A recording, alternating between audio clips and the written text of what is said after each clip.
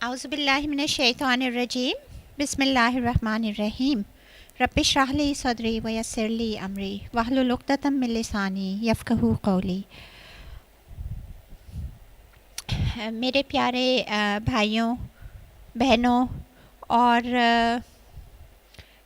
بچوں، السلام علیکم۔ آج کا جو موضوع اس میں آپ لوگ کو میرا تعارف تو ہے ہی کہ میں پچھلے 8 سال سے ایک میڈیکل ڈاکٹر تھی، اپنے گھر میں رہتی تھی، بچوں کو کر رہی تھی۔ پچھلے 8 سال سے پوری زندگی جو ہے وہ ایک اپ سائڈ ڈاؤن وہ ہو گئی، اور اس میں جو ہے ہر قسم کے آپ کو معلوم ہی ہے کہ اسٹرگل سے میں گزری ہوں، جس کے اس میں جا کر آج اس پہ آئی ہوں کہ اپنی بہن کو شروع میں تلاش کر رہے تھے، تلاش کیا، جب وہ ملی تو اس کے بعد اب وہ ایک قید میں ہے۔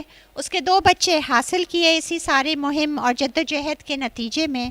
تو اس میں بہت ہائی اپ لوگوں سے ملاقاتیں ہوئیں، دنیا کے بہت سارے ان سے، اور ظاہر ہے جب انسان ڈر کی ٹھوکریں کھاتا ہے تو اس سے بہت کچھ سیکھتا ہے۔ اور آج کا جو عنوان مجھے بتایا گیا تھا کہ پاکستان کی خود مختاری، نوجوانوں کی ذمہ داری، یہ اتنا اہم ٹاپک ہے، اور اس وقت ہم لوگ ایک ایسے عجیب دور سے گزر رہے ہیں جسے اگر آپ ایک آؤٹ سائڈر کے طور سے یا ایک برڈ ویو اس سے دیکھیں تو it is a clash of 2 civilisations. اور یہ چاہیں وہ اس کو نام کچھ بھی دیں، لیکن یہ ایک طرح سے قرآن شریف کی اسی آیت کو اسی وقت کو اور ہسٹری کی اس کو دہرایا جا رہا ہے کہ یا گڈ ہے یا ایول ہے، فَمِنْكُمْ كَافِرٌ وَمِنْكُمْ مُؤْمِنٌ۔ تو یہ وہ وقت آ رہا ہے کہ جس کا حدیثوں میں ہم نے پڑھا تھا اور دیکھا سنا تھا، اور ظاہر ہے آپ لوگوں نے ابھی اتنا سارا کچھ سنا جو کہ ایک آئی اوپنر ہے ہم سب کے لیے۔ تو میں نے جو اپنے اس 8 سال کے اس میں دیکھا، اور جو میں بہت اس سے میں اکثر کراچی کی سڑکوں پہ جب جاتی ہوں تو پی سی کے سامنے، نیپا پہ، ادھر میں تصویریں لگی دیکھتی ہوں عافیہ کی۔ میں کہتی ہوں لوگ کتنے اچھے۔ ایک دن میں ایسے ہی دیکھ رہی تھی تو میری نظر ایک دم سے پڑی، اس کے لکھا ہوا تھا اوپر ہر تصویر کے، اگر آپ نوٹ کریں تو کیپشن لگا ہوا کہ قوم کی بیٹی۔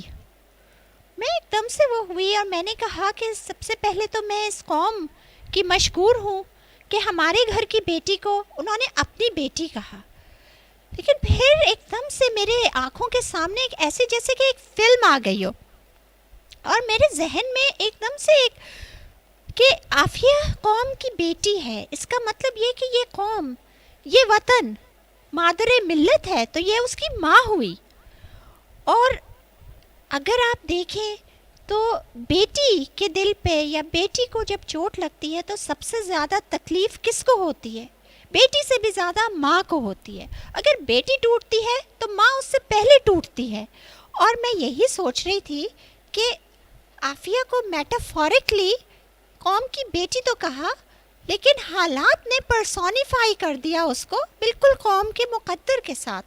آپ دیکھیں اب سے 8 سال پہلے، 8-9 سال پہلے ایک جابر حکمران ہمارے اندر آیا اور اس نے ہمارے ملک کا سودا کیا، لیکن یہ سودا اندر تھا، یہ سب کچھ اندر ہو رہا تھا۔ جو چیزیں آج برسر عام آئی ہیں یہ سب اندر ہو رہی تھی۔ اسی طرح اب سے 8 سال پہلے عافیہ کو بھی غائب کر دیا گیا تھا، اور 5 سال تک کسی کو کچھ نہیں پتا تھا کہ وہ کیا صفحہ ہستی سے ہی مٹ گئی ہے۔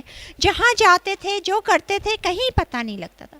اسی طرح عافیہ کو کتنے تشدد کیے گئے، پرزنر 650 کے واقعات آپ نے بھی سنے، میں دہراؤں گی نہیں، بگرام جیل کے بھی، ان ننھے معصوم بچوں پہ کیا ظلم کیے، لیکن سب پس پردہ تھے۔ اسی طرح ہمارے پاکستان اندر سے کھوکھلا ہو رہا تھا، لیکن بظاہر بڑی ترقیاں ہو رہی تھیں، سڑکیں بن رہی تھیں، ہو رہا تھا، پتہ بھی نہیں لگ رہا تھا کہ اندر کس طرح سے سازشیں چل رہی ہیں۔ اور پھر 2008 میں جب عافیہ منظر عام پر آئی، جب عافیہ سامنے آئی تو ایک دم سے یہ ساری چیزیں بھی آپ دیکھیں کہ سامنے آئیں، اس جابر حکمران کی ساری باتیں بھی سامنے آئیں، اور جس طرح عافیہ کے اوپر سب کے سامنے ظلم ہونے لگے، اسی طرح کھلم کھلا پاکستان کے اوپر بھی زیادتیاں ہونے لگیں۔ آپ دیکھ لیں، جب عافیہ کے اوپر جھوٹا الزام لگایا تو بامبے بلاسٹ کر کے اور پاکستان کے اوپر جھوٹا الزام لگایا۔ جب عافیہ کو برہنہ کر کے اسٹرپ سرچنگ کا نام دیا گیا تو پورے پاکستانیوں کے لیے یہی ہو گئی کہ جو بھی امریکہ جائے گا اس کے ساتھ اسی طرح کا سلوک ہوگا۔ لیکن ہم سب خاموش رہے، ہم نے اس کو سوچا نہیں کہ جو بیٹی کے ساتھ ہو رہا ہے وہ مادر ملت کے ساتھ بھی ہو رہا ہے۔ اسی طرح میرے بھائیوں، آپ دیکھتے جائیں، جیسے عافیہ کے ساتھ سازشیں ہوتی گئیں، ایسی ہی سازشیں پاکستان کے ساتھ ہوتی جا رہی ہیں۔ ابھی آپ دیکھ لیجئے، جب بھی عافیہ کو بھلانے کی کوشش کرتے ہیں تو آپ دیکھ لیجئے کہ کچھ نہ کچھ ایسا واقعہ ہو جاتا ہے کہ جس سے سب کو کھڑا ہونا پڑتا ہے، اور پہلے سے زیادہ عافیہ کا، جب انہوں نے اس کو مجرم قرار دیا تو جو سپورٹ پہلے نہیں تھی اس سے زیادہ ایک فری عافیہ کیمپین شروع ہوئی، اور جب اس کو سزا سنائی گئی تو وہ عافیہ موومنٹ بن گئی، اور سینکڑوں لوگ، وہ لوگ بھی جو کبھی نام بھی نہیں لیتے تھے، جو خاموش تھے، ہزاروں کی تعداد میں سڑکوں پہ نکل آئے، لاکھوں کی تعداد میں، پوری دنیا میں ایک ہلچل مچ گئی۔ پھر عافیہ کو بھولنا شروع کر دیا، تو پھر آپ دیکھیں کہ وہ آسیہ کا واقعہ آ گیا، اور اس میں تو میں یہ سوچ رہی تھی کہ اللہ تعالیٰ اتنے موقع دیتا ہے۔ ابھی دیکھ لیجئے ریمنڈ ڈیوس کا یہ واقعہ ہوا، لیکن یہ سب واقعات کیوں ہوئے؟ ہم اس سازشوں میں اس میں گرفتار کیسے ہوئے؟ اگر آپ لوگ سوچیں، آپ خاص کر نوجوان، آپ لوگ سوچیں کہ یہ کیا ہے، یہ اٹیک کس پہ ہے؟ آپ دیکھیں کہ ملک ہے، ہم پاکستان کی خود مختاری کی بات کریں، پاکستان کیا ہے؟ پاکستان کا مطلب کیا ہے؟ لا الہ الا اللہ، ہم سب ایک ہیں، لا الہ الا اللہ کے نام پہ یہ ملک بنا، اور اس پرچم کے سائے تلے ہم ایک ہیں، اور یہ سارے صوبے، یہ ساری پہچانیں ہماری اسی ہمارے پرچم کے ہرے رنگ کی علامت ہے، اور اسی پرچم کے چاند تارے کی پکار ہے، اور اسی کے ساتھ جو پارسی، عیسائی، ہندو اور دیگر اقلیتیں ہیں، ہمارے پرچم کا وہ سفید رنگ ہے، اور ہم سب اس پرچم کے سائے تلے ایک ہیں۔ ہم اس چیز کو بھول گئے ہیں، ہم یہ بھول گئے ہیں، اور اسی وجہ سے ہم ایک دوسرے کو جب رسپیکٹ نہیں کر سکتے، ہم ایک دوسرے کے لیے نہیں کھڑے ہو سکتے، تو ہمارے لیے کوئی کیوں کھڑا ہوگا؟ ہمارے اوپر تو زیادتیاں ہوتی رہیں گی۔ ہم اگر ایک ہو جائیں، ایک کاز کے لیے ایک ہو جائیں، اگر یہ سارے صوبے ہمارے جسم کے ٹکڑے ہیں، تو اس جسم کی روح غیرت ہے، ہماری غیرت اور عزت ہے، اور غیرت اور عزت بیٹی ہوتی ہے۔ ہر گھر کی غیرت اور عزت وہ بیٹی ہوتی ہے، اور اگر بیٹی کے لیے ہم نہیں کھڑے ہوں گے تو وہ قومیں جو اپنی غیرت کو پس پس ڈال دیتی ہیں یا غیرت کا سودا کرتی ہیں، ان کی جغرافیہ کبھی باقی نہیں رہتی۔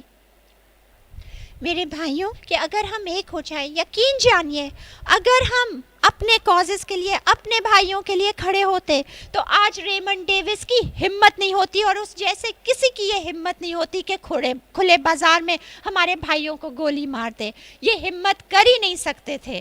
اگر ہم کھڑے ہوتے، ہم ایک ہوتے، تو کسی کی مجال نہیں تھی کہ ڈرونوں سے ہمارے بھائیوں کو ہلاک کرتے، کسی کی ہمت نہیں ہوتی کہ عافیہ جیسی بہنوں کو اغوا کرتے یا بیچتے، کسی کی ہمت نہیں ہوتی کہ اتنے مسنگ پرسنز ہوتے، کسی کی ہمت نہیں ہوتی کہ یہاں ٹارگٹ کلنگ ہوتی۔ یہ بلیک واٹر کبھی یہاں پہ پنپ ہی نہیں سکتا تھا۔ اگر سوچے تو یہ قصور ہم ہی لوگوں کا ہے، ہم ہی ایک نہیں ہوتے، ہم اپنی روح کو ہی نہیں رکھیں گے تو ہم اپنی غیرت کے لیے بھی نہیں کھڑے ہوں گے۔